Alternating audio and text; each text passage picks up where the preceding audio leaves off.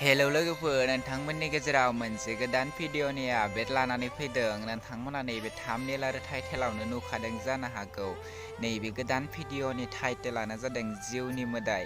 बियो फैनो गोनां मोनसे फुल मुभि 2023 मायथाइयाव। नैबे भिडिअआ आबुङै जागोन लोगोफोर। नोंथांमोना नायनो थाखाय बयबो एक्साइटेड जानानै नेनानै थाथ'दो। बिथांमोना दासिमबो नैबे भिडिअनि जेबो आपल'ड खालामथ'वाखै। जेब्ला बिथांमोननि नैबे भिडिअनि माबाफोर आपडेट मोनो अब्ला नोंथांमोननि गेजेराव आपडेट खालामनानै होफिनगोन। आरो नैबे भिडिअखौ दासिमहालागै शुटिं खालामथ'वाखै। नैबे भिडिअआव गुबैयै फाव खालामगोन मनीषा मुसाहारि, दिलीप स्वर्गियारि, कृष्ण, रिंसार, खदाल आरो गोबां आर्टिस्टफोरखौ नैबे भिडिअआव नुनो मोनगोन। टाइटेलाव नायनानैनो मिथिखादों जानो हागौ नैबे भिडिअआ जोबोरैनो मोजां जादों। बियो मोनसे बड' ससियेल ट्रेजेडिक मुभि जागोन लोगोफोर। नोंथांमोना नायनो थाखाय नेनानै थाथ'दो।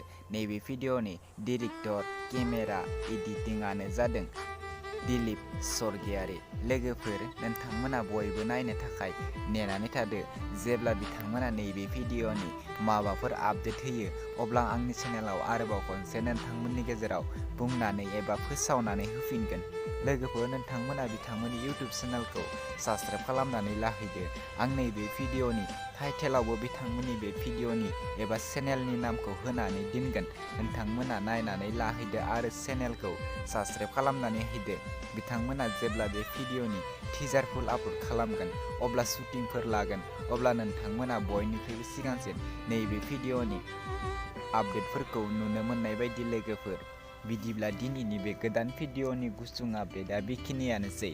नैबे भिडिअखौ नायनो थाखाय बयबो नेनानै थाथ'दो आरो चेनेलखौ दासिमहालागै साबस्क्राइब खालामाखै अब्ला आंनि चेनेलखौ साबस्क्राइब खालामनानै होदो। आं बिथांमोननि भिडिअखौ आपडेट होफिनगोन।